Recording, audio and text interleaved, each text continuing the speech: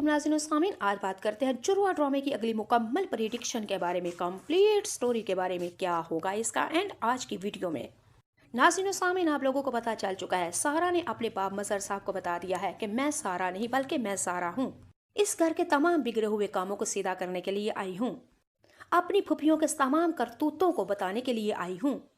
मेरी माँ शाजिया बदकरदार नहीं है, बहुत अच्छी औरत है और आज भी आपका इंतजार कर रही है और आपकी बेटी की परवरिश कर रही है। बस यही कुछ बताने आई हूँ। हम दोनों बहनों की कहाँ मुलाकात हुई थी वो भी बताने आई हूँ। मेरी बहन सारा मनहूस नहीं है। कासम की मौत मेरी माँ और सारा के जिम्मा पे नहीं है। मेरी माँ ने एक बेटी को नहीं बल्कि दो दो बेटियों का जन्म दिया था, जो एक आपके सामने है और एक मेरी माँ शाजिया के पास में है।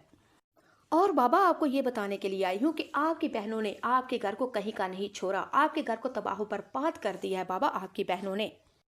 मजहर साहब को ज़ारा ने तो साफ कह दिया कि जिस बहनों के ऊपर आप एहसान कर रहे हैं, जिनको आपने रहने को छत दी, खाने को रोटी दी, पहनने को कपड़े दिए, और वही बहन आपको सांप बन के डसती रही, बल्कि आपकी औलाद को भी उजाड़ दिया, आपका घर हंसता बसता उजाड़ दिया। जी नाज़रीन सामीन, ये सारी बातें सुन के हमारा मजहर साहब आगे से कहेंगे कि ज़ारा, आखिर तुम कहना क्या चाहती हो, तुम हो कौन, मुझे समझ नहीं आ रही। फिर नाज़रीन सामीन हमारी ज़ारा बताएगी कि बाबा, मैं सारा नहीं हूँ, सारा इस वक्त मेरी माँ यानी कि अपनी माँ शाजिया के पास नानाबू के घर में है, और मैं सारा जिसको आप समझ रहे हैं, मैं सारा हूँ। मैं सिर्फ आपको सब कुछ बताने के लिए यहाँ पे आई हूँ। मजहर साहब और फूफियाँ आगे से कहती हैं कि हाँ, हमें भी तुम्हारी बदले हुए रवैये से साफ पता चलता था, और हमें ये शक था बल्कि यकीन था कि तुम सारा नहीं हो। कहाँ वो सीधी सादी शरीफ सी लड़की, मनहूस सी लड़की, और कहाँ तुम लड़ाका पटाका डाइन और चुरे लड़की, हर किसी से मरने मराने पे आ जाती हो। ज़ारा ने कहा, हाँ बाबा, आप सही समझे, लेकिन आज वक्त आन पहुंचा है कि मैं आपको बता दूं आपका कौन कौन सगा है, कौन आपका इंतजार कर रहा है, और कौन इस घर में दूध पी रहा है, जिसी थाली में खा रहा है और उसी थाली में छेद कर रहा है।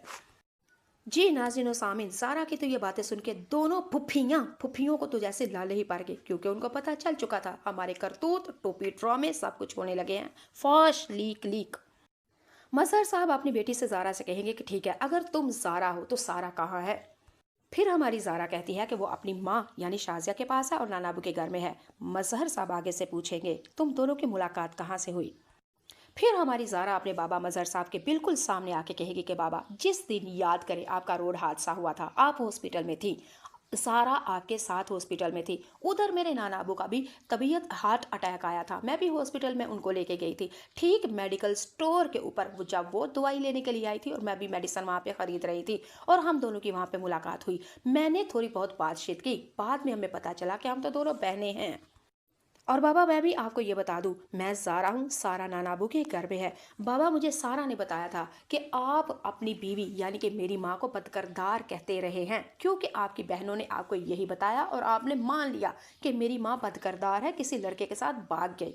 बस यही आपको बताने आई हूँ कि मेरी माँ बदकरदार नहीं है। और सारा ने ही मुझे बताया कि कासिम की मौत की जिम्मेदार वो सारा को और मेरी माँ को समझते रहे, लेकिन यही बाबा आपको बताने के लिए आई हूँ कि मेरी माँ और मेरी सारा बहन वो इस कासिम की मौत की जिम्मेदार नहीं है। पूछे आप अपनी बहनों को कि कासिम को किसने मारा और क्या वजह थी।